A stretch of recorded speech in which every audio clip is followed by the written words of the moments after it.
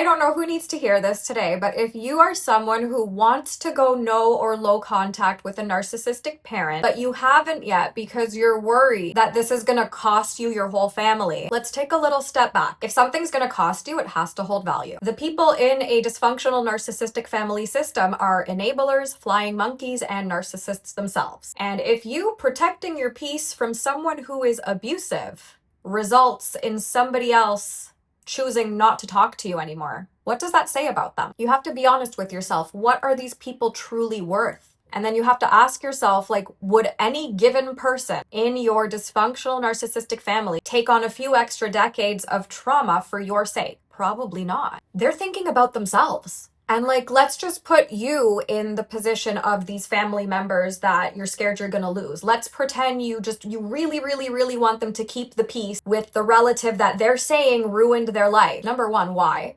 Right? So you got to ask yourself, why does this person want me to keep the peace with someone who completely fucked up my life? And number two, would you truly think to yourself that this person should just shut up, take the abuse, and pretend that everything's okay for the sake of family? Because after all, you never experienced abuse from the person that they're complaining about. Do you see how this makes no sense when you look at it objectively? That person's not going to put themselves in a situation of trauma to make you happy. So why should you do that for them? If you do choose to go no contact or low contact with a narcissistic parent, any other family member that exists in your family unit who is a decent person is not going to suddenly take on the mindset of a high schooler and shun you. And whoever does was never there for you to begin with. And let's say worst case scenario, absolutely everybody in your family decides to completely abandon you because you chose your peace. Guess what? That just means you spared yourself from so many decades of extra trauma. You can never go wrong when you choose what's right for yourself. These people would never prioritize you the way you would prioritize them. So what are you really losing? Nothing.